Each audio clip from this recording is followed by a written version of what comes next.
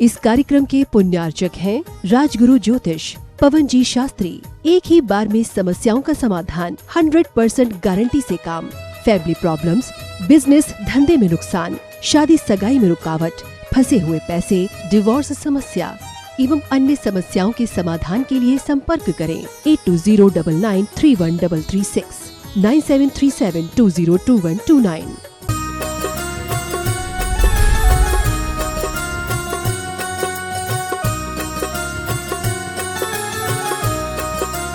बोलिए देवादिदेव 1008 पार्श्वनाथ भगवान की जय जय जय। श्रवण संस्कृति के उन्नायक प्रातः स्मरणीय आचार्य भगवंत विद्यासागर जी महामुनिराज की जय जय जय जय। बोलिए गुणायतन प्रणेता, शंका समाधान करता, भावना योग प्रवर्तक, तरुणाई के प्रखर वक्ता, पूज्य मुनिवर श्री प्रमाण सागर जी महाराज की जय जय जय।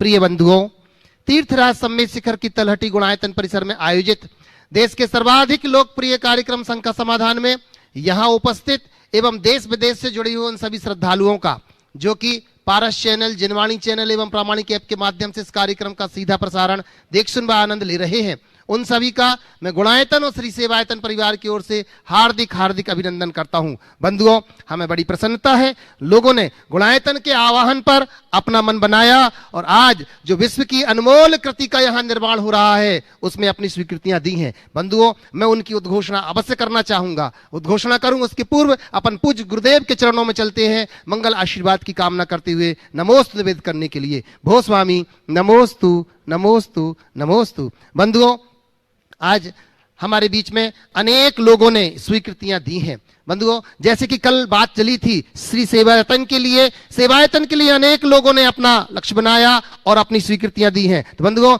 सेवायतन में जिन्होंने 1 लाख रुपए की राशि समर्पित की है, श्रीमती चंद्रकांता जी जैन जयपुर से, श्री रज्जी लाल जी जैन, श्रीमती सुधा जी जैन सागर से, जोरदार तालियां बजाकर हम उनका अभिनंदन करते हैं। वहीं 1,11,000 रुपए की राशि जिन्होंने सेवायतन के लिए समर्पित की है, स्वर्गीय श्रीमती उगम बाई जी एवं स्वर्गीय श्री मनोहर लाल जी जैन की स्मृति में, पुण्य स्मृति में उनकी सुपुत्री श्रीमती कोकिला जी जैन, पत्नी स्वर्गीय श्री आदेश्वर लाल जी जैन फांदोत उदयपुर से, जोरदार तालियां बजाकर के हम उनका अभिनंदन करते हैं। बंधुओं, वहीं जैसे कि हमने कहा था कि यहाँ गुणायतन का कार्य बड़ी जोर शोर से चल रहा है बंधुओं, उसमें किसी न किसी रूप में आपको जुड़ना है, चाहे वह सदस्य योजना हो या कि निर्माण योजना हो। तो आज सदस्य योजना से जिन्होंने अपने आप को सूत्रधार के रूप में जोड़ा है, ऐसे श्रीमती राजलक्ष्मी जी जैन, श्री राजेश कुमार जी जैन, श्रीमती श्वेता जी जैन भोपाल से, जोरदार करतल ध्वनि से हम उनका अभिनंदन करते हैं। बंधुओं, हम सबके लिए बड़ा हर्ष का विषय है, पूज्य गुरुदेव ने हम सबको आशीर्वाद दे दिया है। आगामी 26, 27, 28 मई को इसी स्थान पर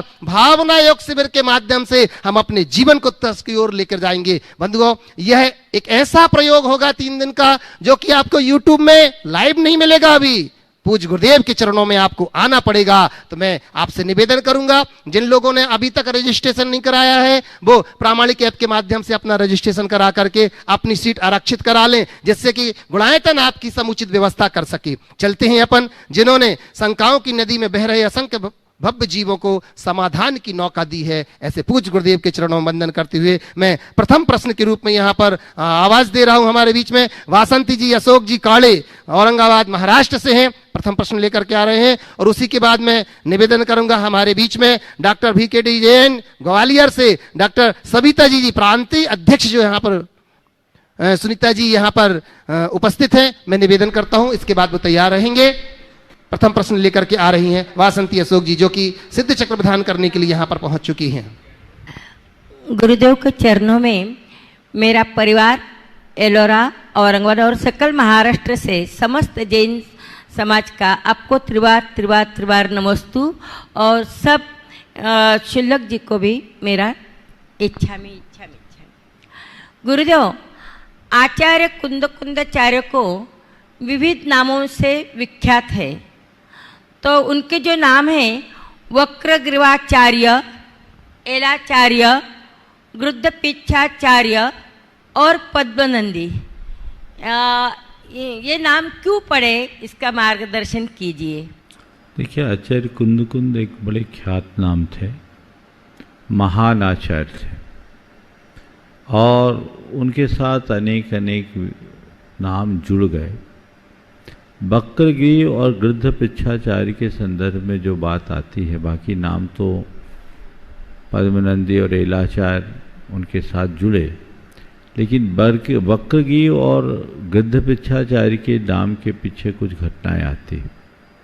ऐसा कहा जाता है कि उन्होंने इतनी ग्रंथों की रचना की कि ग्रंथ लिखते लिखते उनकी गर्दन टेढ़ी हो गई, इसलिए उनका नाम वक्रगृह पड़ गया। और गृध्र पृच्छाचार्य के संदर्भ में कहा जाता है कि एक बार उनकी पिच्छी गिर गई तो अपना काम चलाने के लिए कुछ देर के लिए उन्होंने गीध के पंखों की पिच्छी ली, इसलिए उनका नाम गृध्र पृच्छाचार्य पड़ गया। नमस्ते गुरुदेव, नमस्ते। हाँ, निवेदन कर रहा हूं मैं डॉक्टर भिकेडी जी ग्वालियर से, डॉक्टर सुनीता जी जो कि यहाँ पर उपस्थित हैं, डॉक्टर भिकेडी जी प्रांतीय अध्यक्ष, और इसी के बाद मैं निवेदन करूंगा हर्ष जी विजेता जी चेन्नई से। नमोस्तु महाराज जी। महाराज जी, मेरा प्रश्न ये है कि हम लोगों की संगति कैसी होना चाहिए और अच्छी बुरी संगति का हमारे व्यक्तित्व पर क्या प्रभाव पड़ता है। और महाराज जी, दूसरा प्रश्न है, जैसे कोई अपना मिलने वाला गुटखा या पान सुपारी वगैरह जो भी खाता हो, पान पर वगैरह, उसको अपन ला के देते हैं, तो उस अनजान में हमें कौन सा दोष लगता है? देखिए, पानी जैसे धरती पर बहता है, पानी का रंग वैसा हो जाता है। बड़ी पुरानी कहावत है, जैसी संगत वैसी रंगत। हम जैसी संगति में रहते हैं वैसा हमारा जीवन बनता है। ये बड़ी पुरानी कहावत है। इस कहावत को ध्यान में रखते हुए हमें ऐसे लोगों की संगति में रहना चाहिए जिसका आचार विचार व्यवहार और संस्कार हमारे अनुकूल है। हमारे यहाँ नीतिकारों ने इस विषय में स्पष्ट मार्गदर्शन दिया है और उसमें कहा है, पंडितैः सह संपर्कम ज्ञातिभिश्च मित्रताम।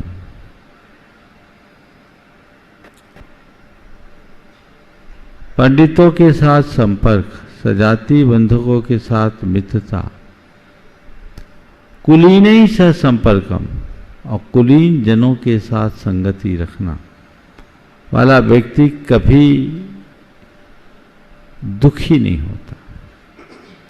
हम जैसे लोगों के साथ रहेंगे हमारी बुद्धि वैसी होगी।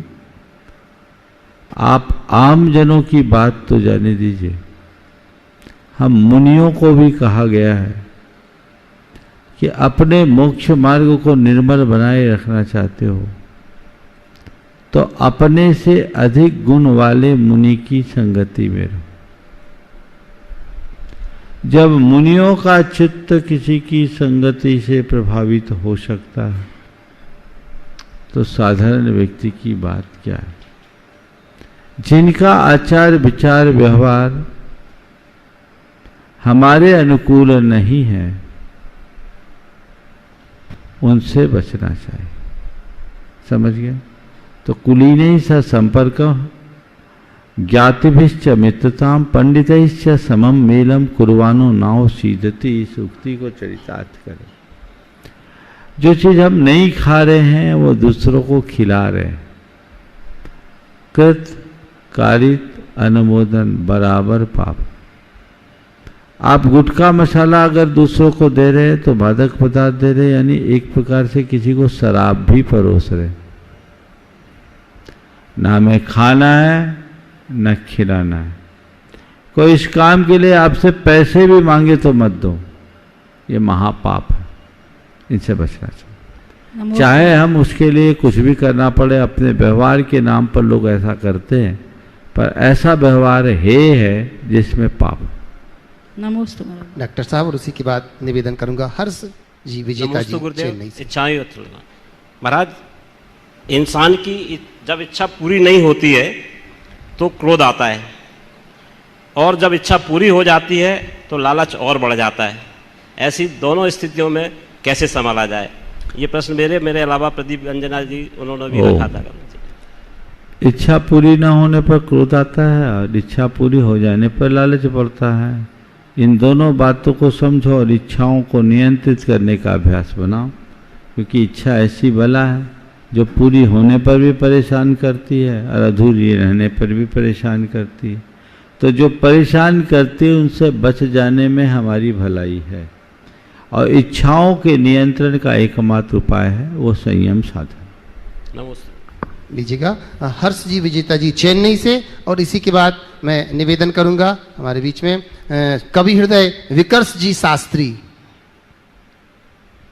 नमस्ते गुरुपर, सभी शुल्लकों जी को इक्षामी। गुरुजी, मेरा प्रश्न ये है, भावना योग में एक शब्द आता है संयत। तो संयत शब्द के बारे में मेरी शंका है कि संयत, संयम, त्याग और नियम एक श्रावक के अनुसार में किस तरह से अंतर है और कैसे उसको पालन करना चाहिए? संयत, संयम, त्याग और नियम। देखिए, संयत अर्थात जिन्होंने अपने अंदर पांचों इंद्रियों और मन पर नियंत्रण किया है। जो नियंत्रित है वो संयत है, और नियंत्रण की क्रिया का नाम संयम है। समझ गए? तो मुझे संयम रखना है। संयत शब्द शायद उसमें नहीं है, संयम शब्द है। संयम एक क्रिया है और मुझे संयत रहना है, अपने आप संयत बनाए रखना है, ऐसा भी कह सकते हैं। तो जो पांचों इंद्रियों और मन पर संयम बना करके मैं रह रहा हूं, उसे मेंटेन करना है। त्याग इंद्रिय विषयों का भी होता है और अन्य चीजों का भी त्याग होता है। नियम संयम का एक छोटा रूप है। जब हम किसी वस्तु विशेष का कुछ समय के लिए त्याग करते हैं तो नियम होता है। जीवन पर्यंत के लिए त्याग करते तो यम होता है। पांचों इंद्रियों और मन पर नियंत्रण रखने का नाम संयम है, और जो इसको धारण करता है वो संयत। नमस्ते गुरु। नमस्ते।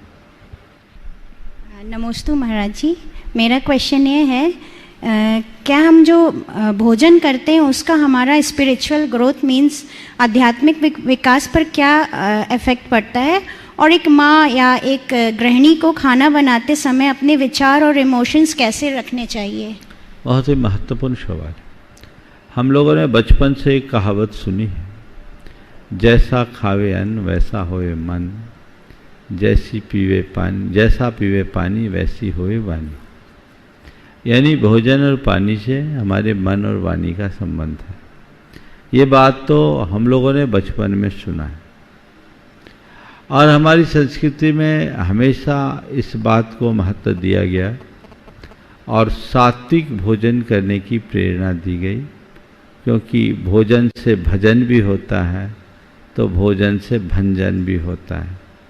हमारे देश में सदैव ऐसे भोजन की प्रेरणा दी गई जो भजन में लगाए, ऐसे भोजन से बचने का उपदेश दिया गया जो हमसे भंजन कराए। तो भोजन और भजन दोनों को हमें ध्यान में रख करके चलना है। ऐसा ही भोजन करें जो भजन में लगाए, भंजन में नहीं। आज वैज्ञानिकों ने इसे पूरी तरह सिद्ध कर दिया।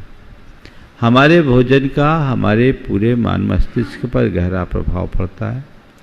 हमारे मस्तिष्क के न्यूरो ट्रांसमिशंस उससे प्रभावित होते हैं, और हम जैसे भोजन करते वैसा असर होता। अमेरिका में एक रिसर्च हुआ जिसमें 30 नृशंस अपराधियों के 3 अलग अलग ग्रुप रखे गए।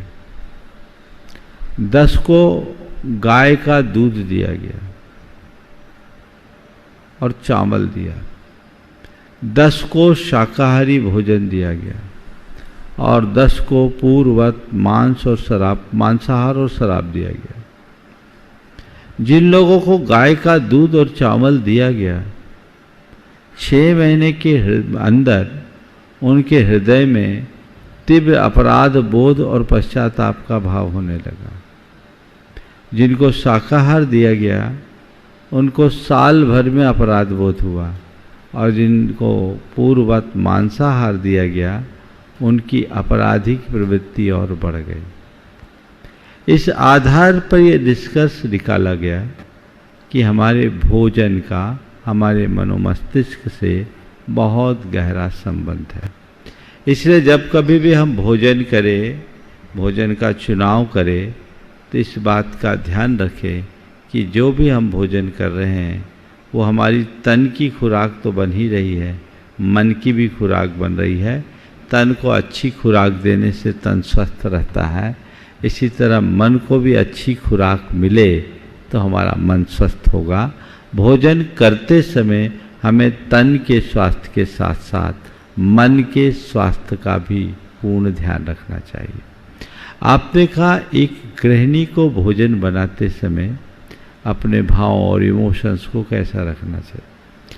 अगर भोजन बनाते समय आप में क्रोध है, द्वेष है, अभिमान है, लालच है, तो उसका दुष्प्रभाव पड़ेगा, वो भोजन को जहर बना देगा। भोजन बनाते समय अगर आपके मन में प्रसन्नता है, उत्साह है, उमंग है, प्रेम है, तो भोजन आपके घर में एक अच्छा वातावरण बनाएगा। प्रायः ऐसा देखने में आता है कि गृहिणियां भोजन को एक बोझ मानने लगी और गुस्से में भोजन बनाती, मन मार कर भोजन बनाती, भोजन बनाते समय अनेक प्रकार के आवेग मन में उत्पन्न कर लेते हैं, तो ये अच्छी बात नहीं। भोजन बनाते समय प्रसन्नता हो, ये सोचना चाहिए कि मैं भोजन नहीं बना रही, अपितु अपने परिवार की एक बड़ी जिम्मेदारी का निर्वहन कर रही, और मेरे द्वारा तैयार ये भोजन मेरे और मेरे साथ मेरे पूरे परिवार के स्वास्थ्य का आधार बनेगा। इसलिए हमारा ये भोजन अच्छा होना चाहिए, मन में प्रसन्नता हो, उमंग हो, उल्लास हो। और भोजन के समय यदि व्यक्ति मंगल भावना भाए, अच्छे स्तोत्र पाठ करे, विनती करे, स्तुति करे, तो सर्वोत्तम है। आजकल तो किचन के अंदर टीवी आ गई है, भोजन बनाते समय टीवी ऑन होती है और नेगेटिव बातें आपके मन मस्तिष्क में आती है। उन सारी नकारात्मकताओं का असर आपके भोजन पर पड़ता है। इसलिए न केवल भोजन बनाते समय अपितु भोजन परसते समय इसका ध्यान रखना चाहिए। एक और देखने में आता है कि प्रायः महिलाएं भोजन परसते समय अपनी सारी शिकायतें बाहर निकालती हैं और कई बार सामने वाले का मूड आप खराब कर देती हैं। और उसमें मैं आपके लिए नहीं कह रहा हूँ, शायद आप नहीं करती होंगे ऐसा, लेकिन प्रायः ऐसा होता है और भोजन करते करते झगड़े खड़े हो जाते हैं, बखेड़े हो जाते हैं, उससे भोजन भी जहर बन जाता है। ऐसा नहीं करना। बनाते समय, परोसते समय और भोजन करते समय यदि मन में प्रसन्नता है तो पूरा दिन प्रसन्नता के साथ गुजरेगा। नमस्ते महाराज। कवि हृदय विकर्ष जी शास्त्री, और इसी के बाद निवेदन करूंगा मनोज जी, अनामिका जी इंदौर से, वाकलीवाल, गुणायतन संरक्षक। पूज्य गुरुवर के चरणों में कोटि कोटि नमोस्तु और सभी मंचासीन सुल्लभ जी महाराजों के चरणों में कोटि कोटि क्षामी। गुरुदेव, किसी ने कहा है कि ऐसी वैसी बातों से तो अच्छा है खामोश रहो, और या फिर ऐसी बात कहो जो खामोशी से अच्छी हो। प्रश्न ये है गुरुदेव कि यदि हमें संबंध कुछ समय के लिए बनाने हैं तो कहते हैं कि मीठा बनिए, और यदि हमें लंबे समय तक उस रिश्ते को निभाना है तो कहते हैं कि स्पष्ट बनिए। प्रश्न यह है कि गुरुदेव, स्पष्ट और मीठा दोनों कैसे बने ताकि संबंध भी लंबा चले और स्पष्ट भी और मीठे दोनों बने रहें। नमस्ते गुरुदेव। अगर अपने संबंध को कुछ समय के लिए निभाना है तो मीठा बने, और लंबे समय तक टिकाना है तो स्पष्ट बने। आपने पूछा है हम मीठे और स्पष्ट कैसे बने। देखिए, अगर हमारा अभिप्राय साफ सुथरा हो और हम स्वार्थी मनोवृत्ति से मुक्त हो जाएं, तो हमारी स्पष्टता हमेशा बनी रहती। और बोलते समय अगर हम थोड़ा संयम का अभ्यास कर लें तो हमारी मिठास भी अपने आप जग जाएगी। तो मन में निहित स्वार्थों को हावी ना होने दें और बोलते समय सावधानी रखने का अभ्यास बना ले, तो उससे माधुर्य भी होगा और इस पारदर्शिता, स्पष्टता। मनोज जी बाकलीवाल, गुणायतन संरक्षक और मंच संचालक अनामिका जी। गुरुदेव के चरणों में शत शत नमन वंदन। गुरुदेव, भूल को भूल मान लेने से वह भूल फिर भूल होती, भूल को भूल नहीं मानने से वह भूल फिर होती है और भूल को भूल मान लेने से वह भूल फिर नहीं होती है। गुरुदेव, धुलियान से अंजना जी गंगवाल का भी यही प्रश्न है कि भूल पीठ की तरह होती है जो दूसरों की दिखती है लेकिन हमारी अपनी नहीं दिखती है। तो गुरुदेव, ऐसा क्या करें कि हमें भूल नजर भी आए और हम उस भूल को सुधार भी पाएं? भूल को भूल मानने से हम भूल को सुधार लेते हैं और भूल को भूल जाने से हमें सुधारना बड़ा मुश्किल होता है। बहुत अच्छी बात कही, भूल पीठ की तरह होती है जो दूसरों की दिखाई पड़ती, खुद की नहीं दिखाई पड़ती। हम ऐसा क्या करें कि हमें हमारी अपनी भूलों का एहसास हो। ये बात सही है कि हम अपनी पीठ को तो नहीं देख पाते, लेकिन हम अपनी गति की समीक्षा करके पीठ की स्थिति का एहसास कर सकते हैं। हम जब कभी कोई भूल करते हैं तो दो चीज़ें हम हमेशा पाते हैं, या तो हमारी प्रगति रुकती है या हमें वापस लौटना पड़ता है। अतीत की गलतियों से यदि व्यक्ति सीख लेना शुरू करे तो अपने वर्तमान को सुधार कर भविष्य को उज्जवल बना सकता है। पीठ को देखना जरूरी नहीं है, बस चलते समय जैसे हम आगे देखते हैं वैसे कभी कभी पीछे देखने का भी अभ्यास होना चाहिए। अतीत के कृत्यों की समीक्षा ही पीछे देखने का अभ्यास है और वो समीक्षा हमें नसीहत देती है, सीख देती है, जिससे हम अपने जीवन में सुधार ला सकते। मनोज जी, और इसी के बाद निवेदन करूंगा मैं सुनील रेखा जी, गुणायतन CFO। परम पूज्य गुरुदेव के पावन चरणों में नमोस्तु नमोस्तु नमोस्तु।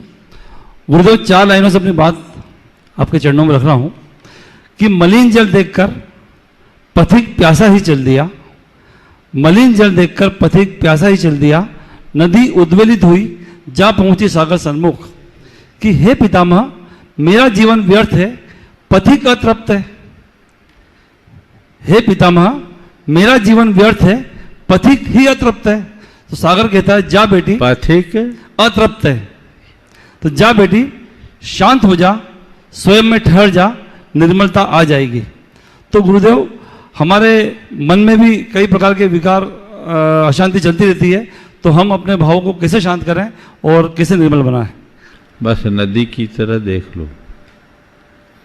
तुम्हारे सवाल का उत्तर मैं एक दूसरे प्रसंग से देता हूँ। जी जी गुरुदेव। गुरु शिष्य दोनों नदी के किनारे अपना पड़ाव डाले हुए थे। अचानक गुरु ने कहा, जा बेटा नदी से पानी ले आ। शिष्य गया और जिस समय गया उसी समय नदी से एक बैलगाड़ी गुजरी। पानी गंदा था। शिष्य खाली हाथ लौट आया। उसने कहा, गुरुदेव नदी का पानी गंदा है, पीने लायक नहीं है, अब तो हमें प्यासे रहना पड़ेगा। गुरु ने कुछ नहीं कहा, शिष्य को दूसरे काम में लगा दिया। थोड़ी देर बाद शिष्य से कहा, जा पानी लेके आ। गुरुदेव कहा ना, पानी गंदा है, पीने लायक नहीं है, अब हमें प्यासे रहना पड़ेगा। गुरु ने कहा, मैं तुझसे कह रहा, जा, तुझे पानी साफ मिलेगा। गया। आपकी बार शिष्य आश्चर्यचकित, क्योंकि पानी एकदम स्वच्छ था। पानी लेकर आए, पर उसके मन में एक सवाल कौन था कि आखिर मामला क्या है। पहले जब मैं आया तो पानी गंदा था, पानी को साफ किसने कर दिया? गुरु से कहा, गुरुदेव आपने क्या चमत्कार कर दिया, पहले पानी गंदा था अब साफ कैसे हो गया? गुरु ने कहा, मैंने कुछ नहीं कहा, मैंने कुछ नहीं किया। जब तू गया था तो उससे पहले बैलगाड़ी निकली थी, पानी मच गया था, गंदा हो गया, और मैंने तुझे 15 मिनट बाद भेजा, तब तक सारा पानी बह गया, गंदगी निकल गई, पानी साफ हो गया। बस मैं यही एक मंत्र देता हूं इस घटना से कि जीवन की नदी में जब भी कोई समस्या की बैलगाड़ी निकले तो अपने संबंधों को निर्मल बनाए रखने के लिए थोड़ा देर धैर्य रखना सीखिए, पानी को बह जाने दीजिए, पानी बह जाएगा। नदी मलिन थी इसलिए अतृप्त हुआ, लेकिन वो पानी बहने के बाद उसकी मलिनता दूर होगी। नदी को ठहरने की जो बात कही गई वो मुझे नहीं जचती। सागर का ये संदेश ठीक नहीं है, क्योंकि सागर ठहरा हुआ है इसलिए खा रहा है। नदी में मिठास है क्योंकि वो बहती।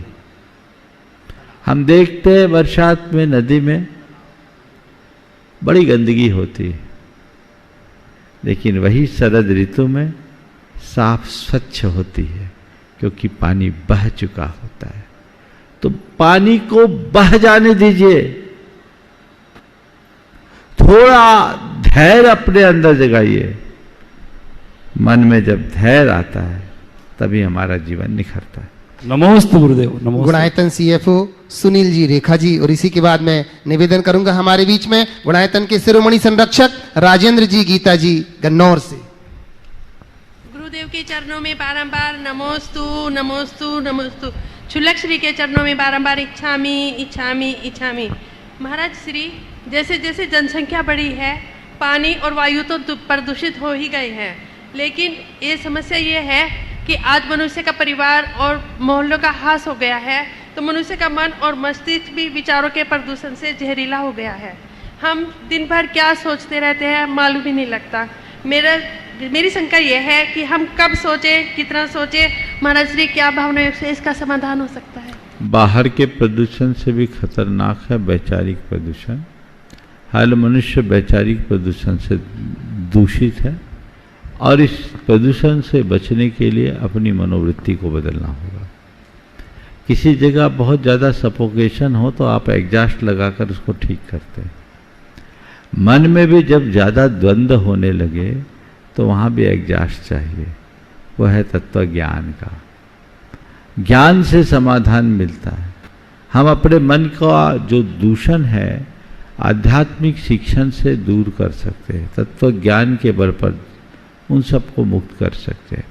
अध्यात्म में वह ताकत है जो हमारे सब प्रकार के आवेग संवेगों को नियंत्रित कर सके, जिसके बल पर हम अपने आप में आत्म नियंत्रण की क्षमता विकसित कर सकते हैं, आत्म संयम को गठित कर सकते हैं।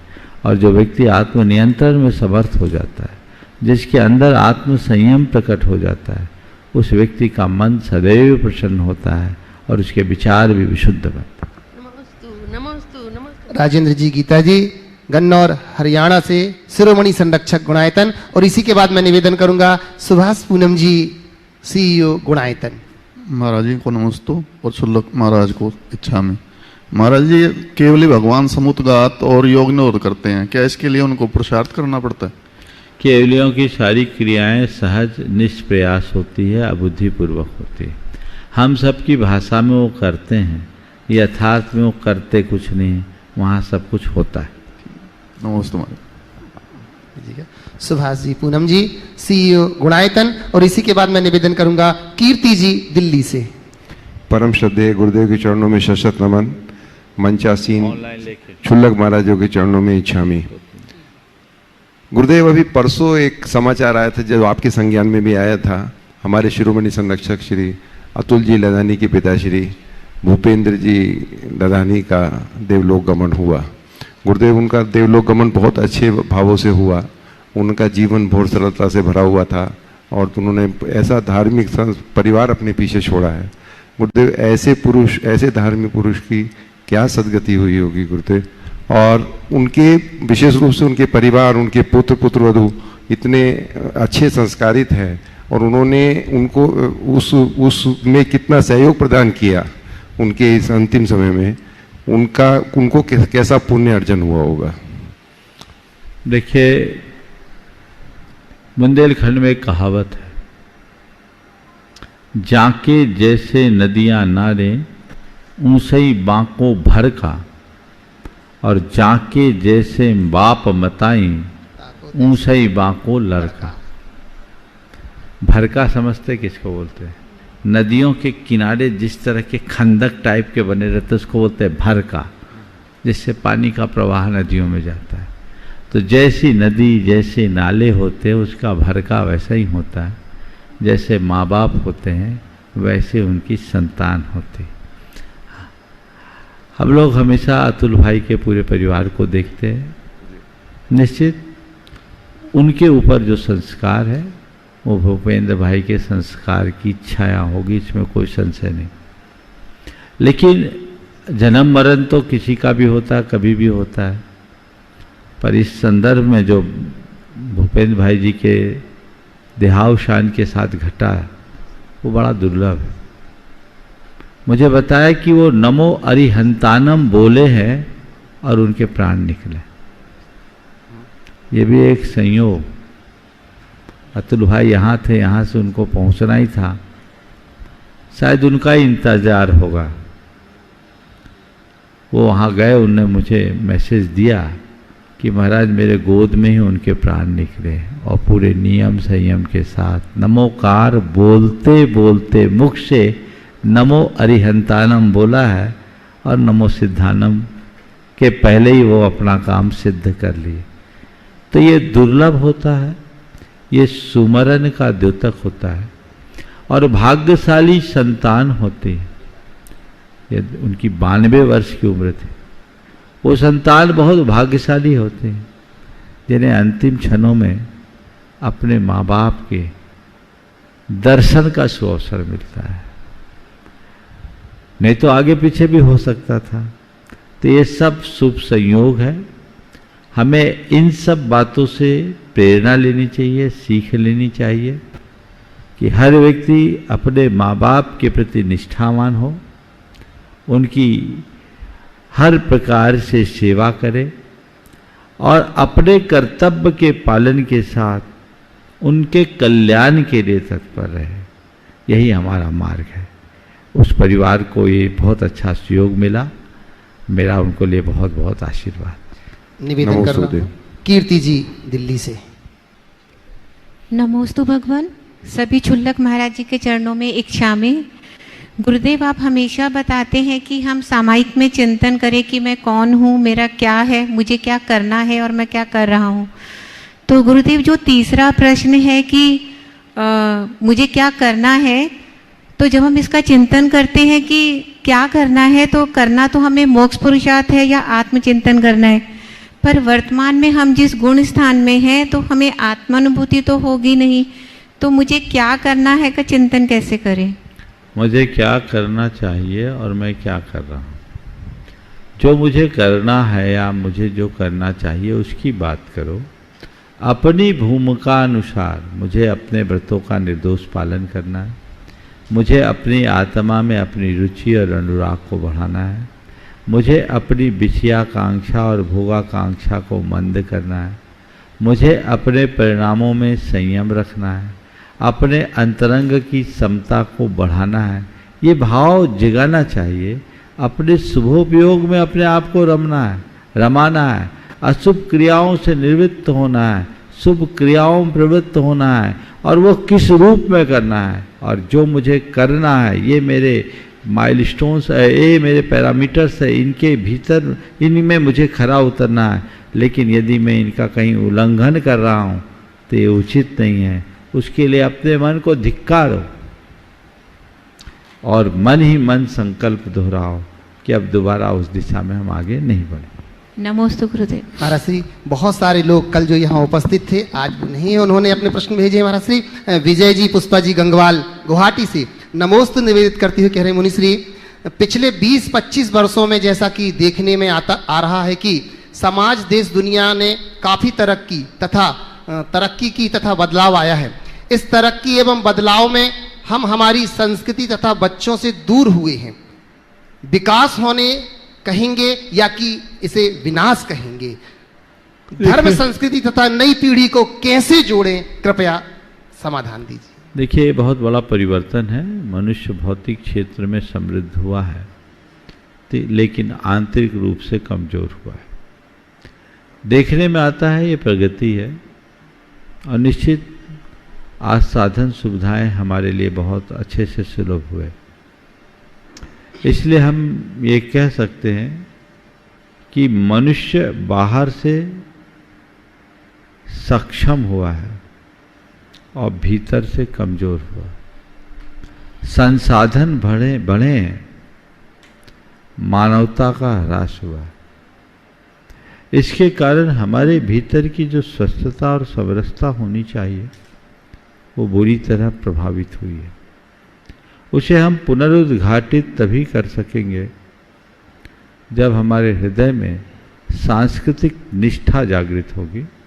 हम सांस्कृतिक निष्ठा को जगाकर अपने जीवन की दिशा तय करें।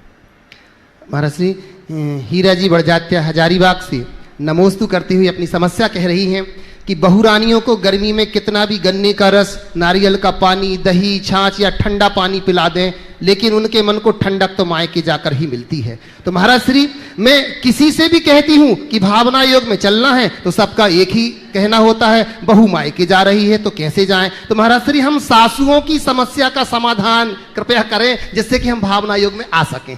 बिल्कुल ठीक बात है।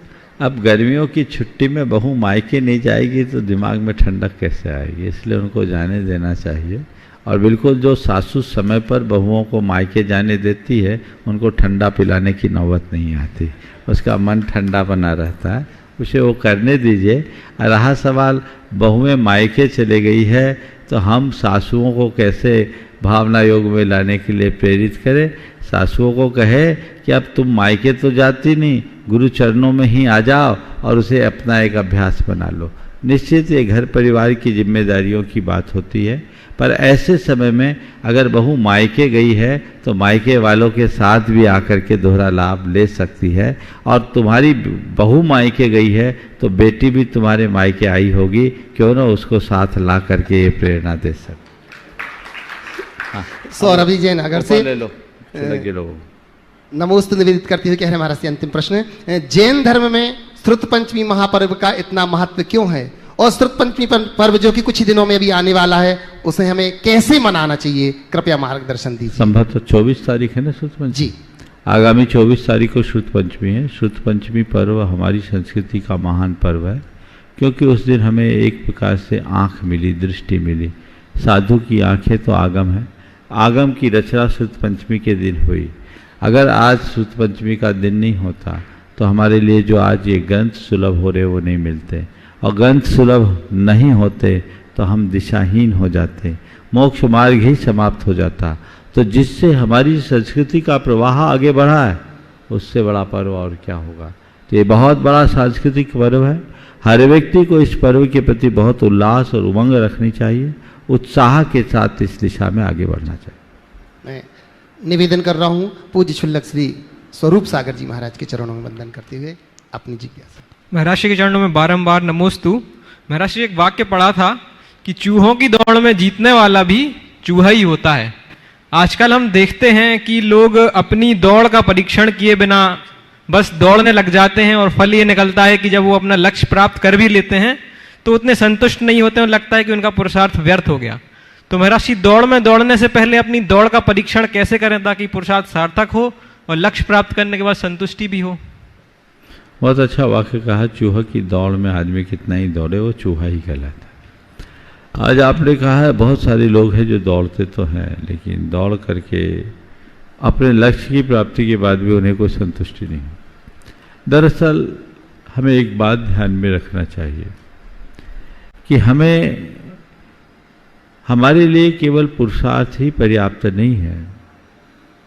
पुरुषार्थ से ज़्यादा महत्वपूर्ण पुरुषार्थ की दिशा है। सही दिशा में किया गया छोटा सा पुरुषार्थ बड़ा फल प्रदान करता है, और गलत दिशा में किया जाने वाला बड़ा बड़ा पुरुषार्थ भी अर्थहीन होता है। हम सही दिशा में पुरुषार्थ करें, हम दौड़े नहीं।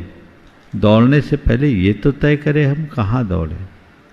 बिना मंजिल की दौड़ अंधी दौड़ होती है, और अंधी दौड़ का अपना कोई गंतव्य नहीं, उसमें तो केवल दौड़ है। व्यक्ति को कहीं ठहराव नहीं, केवल भटकन है। लक्ष्य प्राप्ति के बाद भी मन में अगर तृप्ति नहीं है तो ये लक्ष्य की कमी है, लक्ष्य निर्धारण की चूक है। आज मनुष्य अपने अल्पकालिक हितों की अपेक्षा लेकर के दौड़ना शुरू करता है, और उसके होड़ में दीर्घकालिक हितों की उपेक्षा कर बैठता है। यह उपेक्षा मनुष्य के जीवन में अनेक प्रकार की दुविधाओं का संचार कर देती, और यही कारण है कि बड़ी बड़ी उपलब्धियों को पा लेने के बाद भी मनुष्य के हृदय में प्यास, अतृप्ति और पीड़ा के भाव दृष्टिगोचर होते हैं। तो हमें अपना सही लक्ष्य बनाना चाहिए, और सही लक्ष्य को बनाकर सही दिशा में अग्रसर होने का पुरुषार्थ करना चाहिए। मैं निवेदन कर रहा हूँ पूज्य शुल्लक श्री चिद्रूप सागर जी महाराज के चरणों में वंदन करते हुए। पूज्य मुनिवर के चरणों में बारंबार नमस्तु। महाराज जी, 2 लाइन है। आने वाले गम के पीछे आज की खुशियाँ खोएं क्यों, जिस पल हम हंस सकते हैं उस पल में हम रोएं क्यों। तो महाराज जी, प्रश्न ये है कि व्यक्ति आने वाली अनिश्चित गम के कारण आज के वर्तमान के सुख को क्यों खोता है और उसमें क्यों गम लाता है। आने वाले गम के कारण आज की खुशियाँ खोए क्यों, जिन पल में हम हंस सकते हैं उन पल में हम रोए क्यों। बिल्कुल ठीक है, जिसका अपना कोई अस्तित्व नहीं, उस गम के पीछे मनुष्य अपने वर्तमान को खोता है, उसे भुलाता है, जो हमारे जीवन में बड़ी दुविधा उत्पन्न करती है। हमें इससे बचना चाहिए, और इसकी मूल वजह है कि मनुष्य कल्पनाओं में ज़्यादा जीता है। हम कल्पना को छोड़कर यथार्थ में जीने का अभ्यास करें, और वर्तमान में यथार्थ में जीने वाला ही वर्तमान में जी सकता है। यदि हम ऐसी यथार्थ मूलक दृष्टि घटित करके वर्तमान में जीने का अभ्यास करते हैं तो ये सारी चीज़ें समाप्त होगी। हम आने वाले कल की चिंता में आज को विफल करेंगे तो हमारा कल कभी सफल नहीं हो सकेगा। हमें एक बात सदैव ध्यान में रखना चाहिए कि हमारे पास जो कुछ भी करने के लिए है वो आज है, कल कुछ भी नहीं है। आज के ऊपर ही कल फलेगा, इसलिए हम आज अच्छा करेंगे तो कल अच्छा हो। पूज्य समाधर सागर महाराज जी के चरणों में इच्छामी करते हुए निवेदन कर रहा हूँ। हे मुनिवर, आपके चरणों में नमोस्तु नमोस्तु नमोस्तु। महाराज जी, अपराध करने वाले भी डरते हैं और जो अपराध नहीं करते हैं वो भी डरते हैं। ऐसा क्या करें महाराज जी कि जो कुछ नहीं कर रहे हैं उसके बाद भी उनको डर लगता है, और डर से कैसे बचे? नमस्तु समाधान। अपराध करने वाले भी डरते हैं और अपराध से बचने वाले भी डरते हैं। मैं आपसे कहता हूँ दोनों के डर में थोड़ा अंतर है। अपराध करने वाला अपराध करके डरता है, और अपराध न करने वाला व्यक्ति अपराध से डरता है। अपराध से डरना सकारात्मक डर है जो हमें पाप और अपराध से बचाता है, और अपराध से करके डरना एक नकारात्मक उद्वेग है जो हमारे मन को परेशान करता है। तो पहली बात तो मैं ये कहूँगा, अपराध से डरो, अपराध करके डरने से कोई फायदा नहीं। यदि अपराध से डरोगे तो जीवन में अपराध होगा ही नहीं। आपने पूछा है डर से कैसे बचे। डर अगर सकारात्मक हो तो कोई बुराई नहीं, लेकिन नकारात्मक दिशा का डर हमें बहुत परेशान करता है, उनसे हमें बचना चाहिए। और उससे बचने के लिए 4 उपाय बताऊंगा। सबसे पहली बात, आत्मविश्वासी बने। जिस मनुष्य के हृदय में आत्मविश्वास होता है वो कभी नहीं डरता। जिसका जितना प्रगाढ़ आत्मविश्वास होता है वो व्यक्ति उतना ही निर्भय और निश्चिंत होता है। तो आत्मविश्वास, सेल्फ कॉन्फिडेंस होना चाहिए। दूसरी बात, आत्मा के अस्तित्व का भी विश्वास। आत्मविश्वास यानी आत्मा का विश्वास। जब हम अपनी आत्मा का विश्वास करेंगे, अपने आत्मा के स्वरूप की तरफ दृष्टि रखेंगे, तो हमारे मन में किसी भी प्रकार का डर या चिंता होगी ही नहीं, क्योंकि हमें मन में विश्वास जगेगा कि हम अजर, अमर, अविनाशी आत्म तत्व हैं। हम जिन बातों से डरते हैं वहाँ डरने जैसा कुछ है ही नहीं, क्योंकि हम डरते हैं इस बात से कहीं कुछ खो न जाए, कहीं कुछ हो न जाए, कहीं कुछ खो न जाए, कहीं कुछ हो न जाए, ये वाक्य हमें डराते हैं। लेकिन जब हमारी दृष्टि आत्मा पर जाएगी तो वहाँ खोने जैसा कुछ है ही नहीं और अनहोनी होने जैसा भी कुछ नहीं है। वहाँ जो होगा वो वही होगा, जो होना है सही होगा, और खोने की कोई बात ही नहीं। आत्मा का बाल बांका भी नहीं होता। आत्मा के अनंत प्रदेशों में से उनका एक अविभागी प्रतिच्छेद भी इधर उधर नहीं हो सकता। तो उसकी तरफ दृष्टि, उस पर श्रद्धान, तो कोई डर नहीं, कोई चिंता नहीं। ना आत्मा का कुछ होगा, ना आत्मा का कुछ खोएगा। जो हो रहा है वो भी जड़ है और जो खो रहा है वो भी जड़ है। तो मैं किससे डरूं, किस लिए डरूं? यहां न कुछ होने वाला है और न कुछ खोने वाला है। जो है सदा बने रहने वाला है। ये दृष्टि अंतरंग में विकसित होने पर जीवन निहाल होता है। वैसी दृष्टि होनी चाहिए। तीसरी बात, अंधविश्वास से बचे। जो अंधविश्वास से ग्रसित होते बहुत डरपोक होते, उनको पल पल में डर लगता, अरे ये ना हो जाए, वो ना हो जाए, बोलते बहमी होते। बहुत सारे लोगों का स्वभाव ऐसा होता है, बड़े बहम में जीते, बड़े भ्रम में जीते हैं, और वो वहम और भ्रम उनको उलझा करके रखता है। छोटी छोटी बातों में तरह तरह के टोटकेबाजी में उलझ जाते हैं। मन उनका बड़ा भयातुर होता है।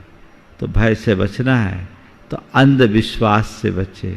आत्मविश्वास के धनी बने, आत्मा के अस्तित्व पर विश्वास करे, अंधविश्वास से बचे और कर्म सिद्धांत के विश्वासी बने। कर्म कांडों पर विश्वास मत करो, कर्म सिद्धांत पर विश्वास करो। जो मनुष्य कर्म सिद्धांत पर विश्वास करता है वो डरता नहीं है, मानता है कर्म के निमित्त से जो संयोग आए हैं मुझे स्वीकार करना है। ये संयोग स्थिर नहीं होते, ना अच्छा स्थिर होता, ना बुरा स्थिर होता है। समय समय पर सब बदलता रहता है। जब समय आएगा ये भी बदल जाएगा। ऐसी सोच जब मनुष्य के मन में विकसित होती है तो उसका जीवन निहाल होता है। निवेदन कर रहा हूं पूज्य आदर्श सागर जी महाराज के चरणों में क्षामी करते हुए। नमोस्तु भगवान। किसी विचारक ने ऐसा कहा है, संत, पंथ, मंत्र और ग्रंथ, इनको बार बार बदलने वाला दुखी होता है। महाराज जी, अपने मन में ऐसी दृढ़ता और स्थिरता कैसे लाएं कि हमारा समर्पण अचल बना रहे? संत, पंथ, मत और ग्रंथ बार बार बदलने वाला दुखी रहता है। बहुत अच्छा वाक्य आपने कहा। और ऐसा समर्पण, हम ऐसी दृढ़ता अपने अंदर कैसे लाएं कि हमारा समर्पण बना रहे? ये तब होगा जब हमारी निष्ठा सही हो। कुछ लोग होते हैं जो घाट घाट का पानी पीते हैं। वो अवसर को देखकर सब कुछ बदलते रहते हैं। हमें इस बात को बहुत अच्छे से समझना चाहिए कि मैं दुनिया में कहीं रहूं, मेरी निष्ठा नहीं बदलनी चाहिए। निष्ठा प्रगाढ़ होने से ही समर्पण बनता है। जिनकी निष्ठा दुर्बल होती है वो भटक जाते हैं। निष्ठा को दुर्बल बनाता है हमारे मन का अंधविश्वास, हमारे मन का लालच, हमारे मन में पलने वाला क्षणिक स्वार्थ, ये सब चीजें जब हम दूर करेंगे तभी सच्चे अर्थों में हम निष्ठावान बन सकेंगे और वही निष्ठा हमारे जीवन को आगे बढ़ा पाएगी। महाराज श्री, परोक्ष में बहुत लोगों ने अपने प्रश्न भेजे हैं। रितेश जी जैन उदयपुर से नमोस्तु निवेदित करते हुए कह रहे हैं, महाराज श्री, आकर्षण का नियम कहता है हम जो सोचते हैं वही अपनी तरफ खींचते हैं। महाराज जी, पैसा कमाते वक्त बचाते हुए कहा जाता है कि यह भविष्य में मुसीबत के वक्त काम आएगा, तो यह कहते हुए हम क्या हमारे भविष्य के लिए मुसीबतों को आमंत्रित नहीं कर रहे हैं? कृपया समाधान। बिल्कुल सही बोल रहे हैं। अगर हम आकर्षण के सिद्धांत को लॉ ऑफ अट्रैक्शन के हिसाब से कहते हैं तो मुसीबत का नाम लेना भी मुसीबत को बुलाना।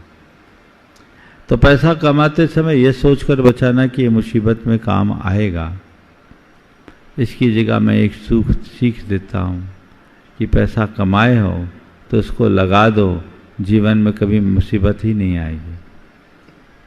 समझ गए? राजा भोज के मन में बड़ी उदारता रहती थी और वह लोगों को चाहे जितना दान किया करता था। राजा भोज को समझाने के लिए मंत्रियों ने एक तरकीब रखी और उनके शयन कक्ष के बाहर एक पट्टी लगा दी, नीचे लिख दिया, आपदार्थम धनम रक्षेत, मुसीबत के लिए धन की रक्षा करे। राजा भोज ने देखा, नीचे उसने एक लाइन लिख दी, सताम आपदा कुत, सत्पुरुषों को आपत्ति कहां जो मैं धन की रक्षा करूं। तो मंत्रियों ने देखा ये तो मामला गड़बड़ा गया। उनने तीसरी लाइन लिख दी, दैवात क्वचित समायाति। अरे भाई, दुर्दैवश कभी आपत्ति आ सकती, सत्पुरुषों के जीवन में भी आपत्ति आती। तो नहला पर दहला मारा, कहा संचिदार्थम विनश्यति, संचिदार्थो विनश्यति, सच्चित धन विनष्ट हो जाता है। तो हमें संपत्ति रखने की जरूरत क्या? तो पहले मैं उन लोगों को कहूंगा जो मुसीबत में काम आने के लिए धन को रखने की बात करते हैं, मैं उनसे कहूंगा कि धन को रखने की जगह पुण्य को बचाने की कोशिश करो, मुसीबत का नाम लेने की भी जरूरत नहीं पड़ेगी। अच्छा कर्म करते जाओ, मुसीबत को क्यों देखते हो? मुसीबत में पैसा काम कम आता है, पुण्य काम ज्यादा आता है। पैसे से मुसीबत में काम आता है और पुण्य प्रगाढ़ होने से मुसीबत ही सामने नहीं आती। इसलिए अपनी सोच को सकारात्मक रखिए। ये सोच कर कि मुसीबत में काम आएगा, ये धन को आगे बढ़ाना अच्छी बात नहीं है। धन हम सबके काम आएगा, ये सोचकर धन कमाना और बचाना फिर भी ठीक है। लोकोपकार में काम आएगा, स्वपर के हित में काम आएगा। ऐसी सकारात्मक सोच रख करके आप धन कमाइए और धन को बचाइए, पर नकारात्मक बातों से अपने आप को दूर रखते जाइए। प्रकाश जी पाटनी अजमेर से नमोस्तु निवेदित करते हुए कह रहे हैं, गुरुदेव, सुबह टीवी पर शांति धारा के कार्यक्रम देखने को मिलते हैं। एक कार्यक्रम में यह कहा जाता है कि शांतिनाथ भगवान से धर्म चलाया था, शांतिनाथ भगवान ने धर्म चलाया था, उसके बाद आज तक धर्म नहीं रुका। गुरुदेव, मेरी शंका यह है कि भगवान ऋषभ देव से लेकर के शांतिनाथ भगवान तक धर्म नहीं था क्या, और यदि था तो उसका क्या स्वरूप था? कृपया मेरी शंका का। देखिए, ऋषभनाथ से महावीर पर्यंत धर्म तो सदैव रहा, लेकिन इस हुंडाओ सर्पणी काल में सुबुधिनाथ भगवान से लेकर धर्मनाथ भगवान तक कुछ कुछ काल ऐसा आया कि उस समय चतुर्विध संघ का लोप हुआ, धर्म तीर्थ का विच्छेद हुआ।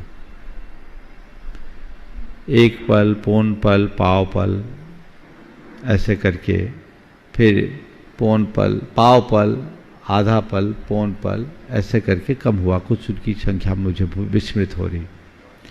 हाँ, पाव पल, आधा पल, पौन पल, एक पल, फिर पौन पल, आधा पल और पाव पल। इतने समय तक धर्म तीर्थ का विच्छेद रहा, धर्मनाथ भगवान तक थोड़े थोड़े समय के लिए। लेकिन शांतिनाथ भगवान के बाद फिर ये कभी विच्छेद नहीं हुआ, इसलिए ऐसा कह दिया जाता है कि शांतिनाथ भगवान के काल से धर्म की अविच्छिन्न परंपरा चली आ रही है और इसीलिए शांति धारा में उनका विशेष नाम लिया जाता है। समय आप सबका हो गया, यहीं पर विराम। बोलिए परम पूज्य आचार्य गुरुवर श्री विद्यासागर जी महाराज की जय। परम पूज्य मुनिवर श्री प्रमाण सागर जी महाराज जी की।